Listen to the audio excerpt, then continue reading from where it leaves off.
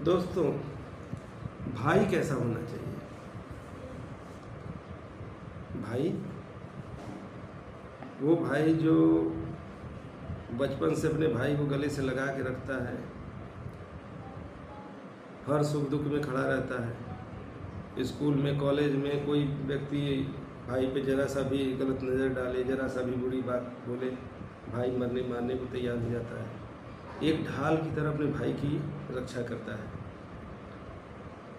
और समय बीतता रहता है, कुछ दिन बाद वही भाई का दुश्मन हो जाता है।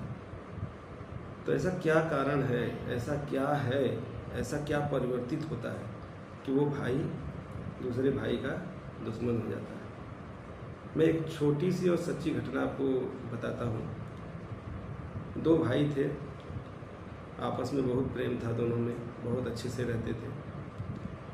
बड़े भाई की शादी हुई, कुछ दिन बीता, छोटे भाई की भी शादी हुई। तो बड़े भाई के 4 बच्चे हुए। बड़े भाई के 4 बच्चे, छोटे भाई को केवल एक लड़की और एक लड़का, 2 बच्चे। बड़े भाई चूँकि बड़े थे, होनहार थे, तो थोड़ा करके उनका व्यवस्था थोड़ा बढ़िया था। अब क्या हुआ कि 2 महिलाएं आ गई दूसरे घर की। छोटी छोटी बातों पे बहस होने लगी, छोटी छोटी बातों पे झगड़े होने लगे, लड़ाइयाँ होने लगी। अब इन दोनों भाइयों में बहुत प्रेम था, तो दोनों लोग जब आपस में मिले, बोले भैया ये रोज का लड़ाई गांव समाज हम लोगों के स्तर को गिरा रही है, तो क्या किया जाए? तो बोले कि बेटा ऐसा करते हैं कि हम दोनों लोग अलग ही हो जाते हैं।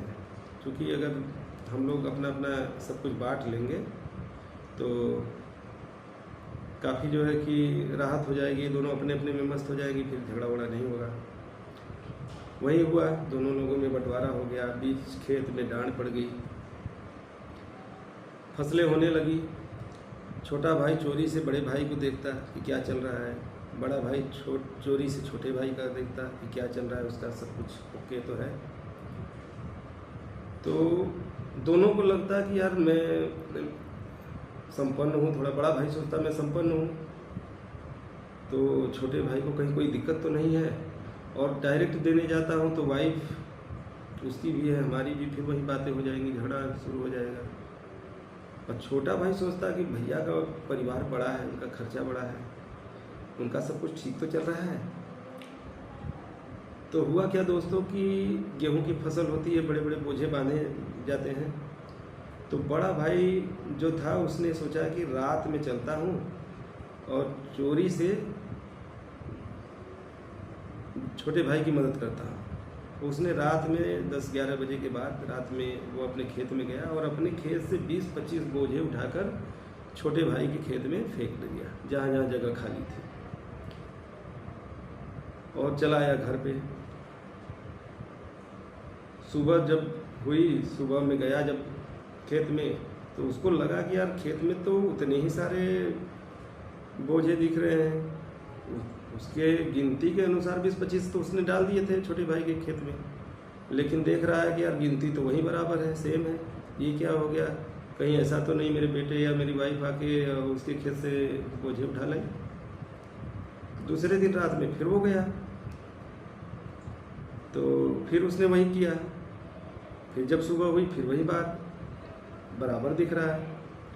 तो बड़े भाई को लगा कि यार क्यों ना भोर में चलूँ, क्योंकि रात में जाता हूँ तो मेरे ही बच्चे और मेरी ही वाइफ जाके उसके भी खेत से बोझ उठा लाती है। तो वो भोर में पहुँचा कि मैं अपने खेतों से बोझे उठाकर भाई के खेत में फेंक देता हूँ, छोटे भाई के। और जब वो अपने खेत से बोझ उठाकर छोटे भाई के खेत में डालने जा रहा था, तो उधर से क्या देखता है कि छोटा भाई भी बोझ उठाकर बड़े भाई के खेत में लेकर आ रहा है। अब दोनों आमने सामने, तो माजरा समझते देर नहीं लगी। दोनों ने बोझे फेंके, पूछना शुरू हुआ कि बेटा ये बताइए तू बोझ लेके कहाँ जा रहा है? तो छोटे भाई ने कहा कि भैया मुझे लगा कि आपका परिवार बड़ा है, खर्चा ज़्यादा है, तो 20-25 बोझ मैं अपने में से आप में डाल दूँ, आपको पता भी नहीं चलेगा और आपकी मदद भी हो जाएगी और दोनों पत्नियों को नहीं पता चलेगा। झगड़ा भी नहीं होगा। लेकिन आप बोझ लेकर क्यों आ रहे थे? तो बड़े भाई ने बोला कि बेटा मुझे लगा कि मेरे तो बच्चे अब बड़े हो रहे हैं, कुछ कमा भी रहे हैं, मेरी स्थिति सही है, तुझे तो कोई दिक्कत नहीं है, तो मैं सोचा कि मैं अपने से 20-25 बोझ तेरे में डाल दूँ। सोचिए, तो मैं इस कहानी को बना के नहीं बोला, इस सत्य घटना की कहानी है। और मैं आप लोगों के बीच में ये कहानी इसलिए सुनाया हूँ कि कोशिश करिए कि आप इस वीडियो को देखिए और कोशिश करके अपनी पत्नियों को या अपने घर के माँ बहनों को भी दिखाइए कि किसी का घर तोड़ देती हैं। जिस घर को आपको बसाने के लिए लाया जाता है, जिस घर में आपको लाया गया है कि मैं इस घर को स्वर्ग बनाना है, उस घर को आप नरक बना देते हैं। अब जितनी माताएं बहनें हैं, मैं दोष उन्हीं का ही दूंगा और किसी का दोष नहीं है, क्योंकि आपके आने से पहले ऐसा कुछ नहीं होता था। सभी लोग प्रेम से रहते थे, पर सभी लोग अपने लोगों के साथ मिलजुल कर सारा सुख दुख बांटते थे। लेकिन ऐसा क्या होता है? अच्छा हाँ, मेरी बात का बुरा मत मानिएगा, क्योंकि यदि बहू की गलती है तो सास की भी उतनी ही गलती है। और हर माता बहन चाहती है कि उसके मायके में पूरा राम बसें, उसके मायके में सीता बसें, हमारी भाभी जो है कि बहुत अच्छी आए, हमारे माँ बाप की सेवा करे, सब कुछ सुने, सब कुछ करे। लेकिन वहीं माँ बहन आके दूसरे के घर में पूरा तांडव मचाती हैं, सारा तहस नहस करती हैं। तो ये सब विचार करने वाली बातें हैं, बुरे मानने वाली बात नहीं है, बुरा मत मानिएगा, विचार करिएगा।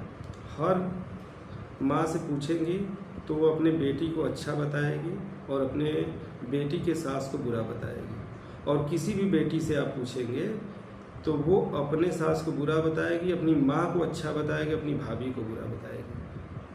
किसी से आप पूछिए, उसकी भाभी दुष्ट है, खराब है, माँ की सेवा नहीं करती है। और उसकी भाभी से पूछेंगे तो वो भी यही बात अपने मायके के लिए बोलेगी। आप लोग अपने अपने घर को संभालिए, अपने अपने घर को संभालिए, लोगों में प्यार बने रहने दीजिए, क्योंकि जीवन बहुत लंबा कहा जाता है लेकिन बहुत लंबा है नहीं। जितना है, आज तक यहाँ से कोई एक तिनका उठा के लेकर नहीं जा पाया है।